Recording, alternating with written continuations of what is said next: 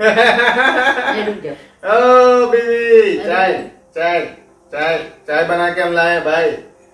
तो आज हम शुरुआत करेंगे। Hello everyone, welcome back to our channel. हमारे चैनल में आपका स्वागत है।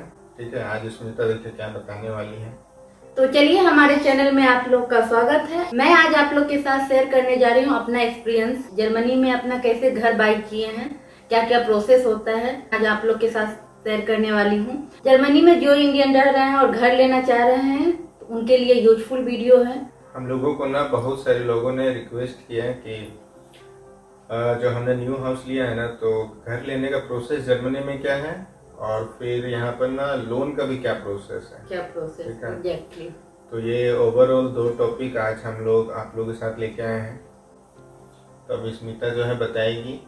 ठीक है, स्टार्टिंग सारा ना पॉइंट है हमारे पास 1 by 1, तो सारा वीडियो देखिएगा तो आप लोगों को क्लियर हो जाएगा। तो वीडियो को एंड तक देखें। अगर हमारा वीडियो आपको अच्छा लगे तो लाइक और सब्सक्राइब हमारे चैनल को जरूर करें। अगर हमारे चैनल पे पहली बार आए हैं तो सब्सक्राइब जरूर करें हमारे चैनल को। तो चलिए शुरुआत करते हैं। ओके, तो घर लेने के लिए ना जर्मनी में सबसे पहले आपको प्रॉपर्टी फाइंड करना है। ठीक है ना।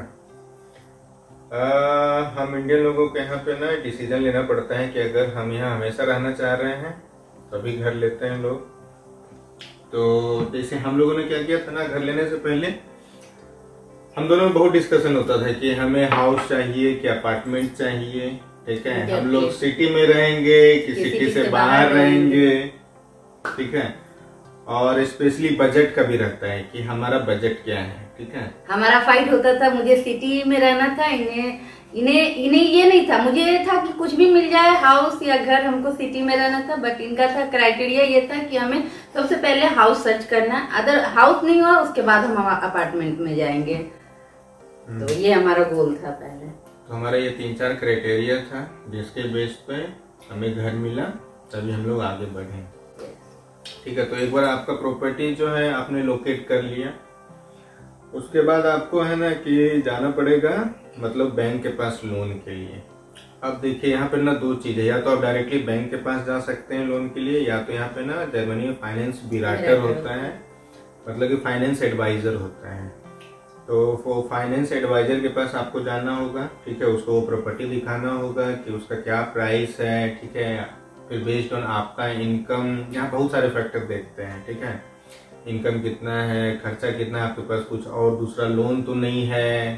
ठीक है, तो इन सब के बाद ना वो ना आपको उनका बैंक के साथ भी कनेक्शन रहता है, तो वो आपको डील देंगे कि इस बैंक के साथ अगर आप जाइएगा तो आपको ये ऑफर मिल रहा है, अलग बैंक के साथ अलग ऑफर। फिर आपको उन ऑफर में आप चुनना है कि कौन सा ऑफर आपको अच्छा लग रहा है। फॉर एग्जाम्पल वो देगा कि आपका मंथली EMI कितना बनेगा, आपका इंटरेस्ट रेट कितना होगा। ठीक है, कितने साल का लोन होगा, 10 साल, 15 साल, 20 साल। तो जब हम लोग घर बुक किए थे उस समय 10 to 15 था। बट अभी जो न्यू हाउस लोग ले रहे हैं अभी 2020 में यहाँ पे 20 ईयर का भी कर रहा है लोन अप्रूव। 20 ईयर तक आपका बैंक से कांटेक्ट बनेगा। 20 ईयर तक सेम अभी का जो लोन का जो रेट है उस हिसाब से मिलेगा। आफ्टर 20 ईयर के बाद आपको फिर से यहाँ पे क्या होता है ना, फाइनेंस एडवाइजर आपको जो है ना ऑफर देगा। ठीक है, उसमें 3-4 तरह का ऑफर रहता है। जैसे आपको 10 ईयर का लेना है, 15 ईयर लेना है, 20 ईयर लेना है। ठीक है, लेकिन क्या होता है ना कि आपको 10 ईयर में पूरा लोन कंप्लीट नहीं होगा। टोटल जो पीरियड होगा वो 30-35 ईयर्स रहता है, जब तक आपका जॉब है। हाँ, तो मानिए अगर आप ना 10 ईयर्स के लोन के साथ जा रहे हैं तो आपका इंटरेस्ट रेट क्या होगा ना कि थोड़ा सा कम होगा। ठीक है, क्योंकि वो 10 ईयर के लिए फिक्स रहेगा। 15 के लिए जा रहे हैं तो थोड़ा सा ज्यादा इंटरेस्ट रेट होगा। और आफ्टर 10 ईयर और 15 ईयर क्या होगा ना, जो आपका रिमेनिंग अमाउंट है ना लोन का, वो फिर से रिफाइनेंस होगा। जो इंटरेस्ट रेट वो 10 या 15 साल के बाद जो उस समय का इंटरेस्ट रेट होगा उसके अकॉर्डिंग। ठीक है, तो हाँ, ये सब क्राइटेरिया फैक्टर हैं जो आपको देखना होगा कि आपको कौन सा अच्छा लग रहा है। ठीक है, फिर आफ्टर 15 ईयर के बाद आप फिर से नेसेसरी नहीं है कि आप उसी बैंक में जाए, किसी भी बैंक में जा सकते हैं। कोई भी बैंक ऑफर अपना देखिए। हाँ, सारे बैंक का ऑफर देखिए। फिर आपको जिस बैंक का अच्छा लगे तो फिर आफ्टर 15 ईयर के बाद उस बैंक के पास आप फिर से कांटेक्ट आप बनवा सकते हैं। प्रॉपर्टी में हमने बहुत सारा प्रॉपर्टी देखा, 7-8 प्रॉपर्टी हम लोग ने सिलेक्ट किया था।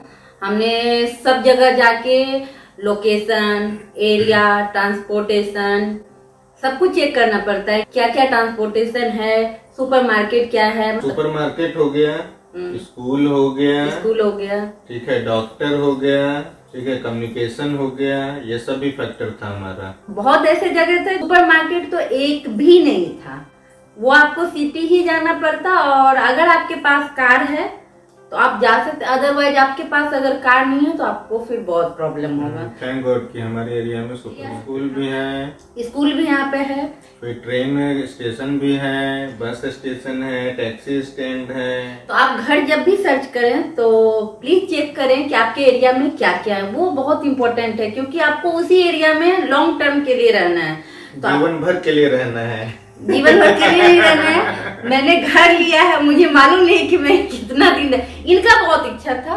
चलिए अब जो है ना प्रोसेस में आते हैं, ठीक है। तो प्रॉपर्टी फाइंड हो गया है, प्रॉपर्टी उसके बाद फाइनेंस एडवाइजर जो था उसके पास हम लोग चले गए। अब अगला स्टेप होगा कि सारा आपको जो भी बैंक अच्छा लगा है, जो ऑफर, ठीक है, उस बैंक के साथ अब आपको जाना है लोन के लिए।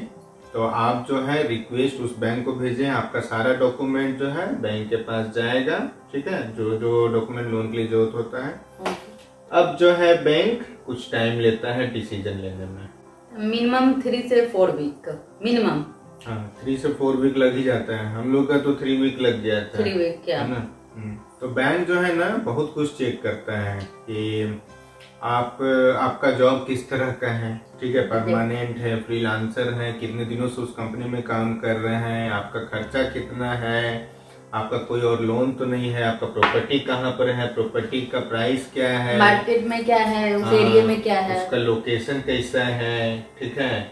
अगर जो आप पैसा नहीं दे पाए तो उसको रीसेल वैल्यू मिलेगा कि नहीं उस घर का, बहुत फैक्टर है बैंक का। तो टाइम लेता है चेक करने में, और 3-4 सप्ताह के बाद आपको बैंक बताता है कि हाँ आपका लोन अप्रूव हुआ कि नहीं हुआ। ठीक है, हो गया तो अच्छी बात है, नहीं हुआ तो फिर आपको ना फाइनेंस ब्यूरो के पास जाकर फिर दूसरा ऑफर लेना होगा, ठीक है। तो आपके पास बहुत सारा ऑप्शन है। तो चलिए, बैंक ने आपको बोल दिया हाँ आपका लोन अप्रूव हो गया है, तो फिर बैंक आपको डॉक्यूमेंट भेजेगा, ठीक है, कॉन्ट्रैक्ट। अब कॉन्ट्रैक्ट आपको साइन करना है। बहुत बार जर्मनी में बैंक क्या बोलता है ना कि उनके सेफ्टी के लिए कि आपको जो है ना इंश्योरेंस लेना पड़ेगा, ठीक है, आपका लाइफ इंश्योरेंस लीजिए, या तो बहुत बार बोलता है कि आप एक अकाउंट खुलवा लीजिए और उसमें मंथली कुछ एक्स्ट्रा पैसे डालते जाइए, ठीक है। और कुछ बैंक बोलता है ना यहाँ पर बाव स्पार का से होता है, मतलब कि घर के लिए ना एक सेविंग अकाउंट अलग से रहता है, उसको आप टच नहीं कर सकते, आपको जरूरत भी पड़ेगा तो आप नहीं निकाल सकते। वो मतलब मानिए कि अगर आपका 15 साल का जो है लोन है तो 15 साल तक पैसे उसमें जाएंगे, और 15 साल के बाद वो पैसा जो है ना वो लोन वाले में ही सेटल हो जाएगा, ठीक है। तो हमारे साथ ऐसा कोई केस नहीं है, बाव स्पार अकाउंट हमने नहीं खुलवाया है, तो हमें इस पे ज्यादा आइडिया नहीं है, ठीक है। अगर आप लोगों को किसी को जानना होगा बाव स्पार अकाउंट तो फिर बैंक के पास ही पता करना होगा, ठीक है। लेकिन मोटा मोटा रफ आइडिया ये होता है कि आप उसमें घर के लिए आपका पैसा सेव होता रहता है, ठीक है, उससे निकालना जो है आसान नहीं होता है पैसा, ठीक है। तो हम लोग अब प्रोसेस में आगे बढ़ते हैं कि आपने बैंक के साथ कॉन्ट्रैक्ट साइन कर लिया। और एक इम्पोर्टेंट, आप मान लीजिए कोई एरिया में आपने घर सर्च किया है, उसका प्राइस वैल्यू आपको 4 लाख दिखा रहा है, बट आप बैंक के पास गए तो बैंक जब देखेगा तो उस घर का प्राइस उसके सिस्टम में 350 दिखा रहा है। तो ये हर एरिया का होता है, ऐसा नहीं कि आपका जो प्राइस निकला है घर का 4 लाख वो बैंक के सिस्टम में भी 4 लाख दिखाएगा, ये जरूरी नहीं है। तो बैंक ना उतना ही लोन देता है, तो बैंक आपको उतना ही लोन अप्रूव करेगा।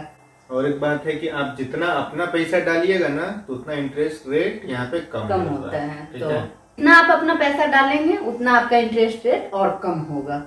तो अब अगला स्टेप होगा, एक बार आपका कॉन्ट्रैक्ट साइन हो गया, बैंक घर खोज लिया, कॉन्ट्रैक्ट साइन हो गया, अब चलते हैं नेक्स्ट प्रोसेस। तो नेक्स्ट प्रोसेस हमारा होता है नोटार, जिसको हम लोग बोलते हैं नोटरी, रजिस्ट्री जिसको बोलते हैं, तो वो होता है। और एक चीज, जब नोटार आपका हो रहा है ना तो उस समय आप आप जाएंगे नोटार के लिए तो आपके साथ बिल्डर भी जाएगा। तो उसके लिए आपको सबसे पहले जर्मन आना चाहिए, क्योंकि नोटार में है कि जर्मन में ही बोलता है। अगर आपको जर्मन नहीं आ रहा है तो आप अलग से ट्रांसलेटर को ले जाए, वो कुछ कॉस्ट ले, तो उसको आपको हायर करना पड़ेगा। हाँ, विदाउट जर्मन यहाँ प्रॉब्लम होता है, क्योंकि यहाँ पर लॉ है कि आपको ना जर्मन इतना आना चाहिए कि आप कॉन्ट्रैक्ट, बैंक का कॉन्ट्रैक्ट ना पढ़ सके। ठीक है, अगर आपको नहीं आ रहा जर्मन तो आपको ट्रांसलेटर की जरूरत है। हाँ, तो ये नोटार का अपॉइंटमेंट ना आपका जो बिल्डर है वो जो है सेटअप कर देता है। ठीक है, फिर आपको नोटार के पास जाना है। जैसे इंडिया में हम लोग रजिस्ट्रेशन करवाते हैं, उसी तरह यहाँ पर एक तरह से आपने घर का कॉन्ट्रैक्ट साइन कर दिया उसके पास। फिर नोटार जो है ना बिल्डर और आपके बीच में रहता है, वो दोनों तरफ से जो है ना एक तरह से मीडिएटर हो गया है कि हाँ कॉन्ट्रैक्ट साइन हो गए दोनों पार्टी के बीच में। और आपको नोटार कितना पे करना पड़ेगा? जर्मनी में ना अलग अलग स्टेट में ना अलग प्राइस है।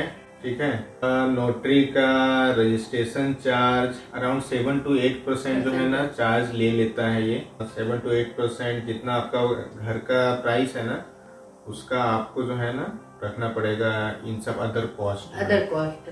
हाँ, ये बैंक बोलता है कि आप वो अदर कॉस्ट ना खुद ही दो, क्योंकि वो घर के कॉस्ट में नहीं होता है, वो एक्स्ट्रा कॉस्ट है। ठीक है।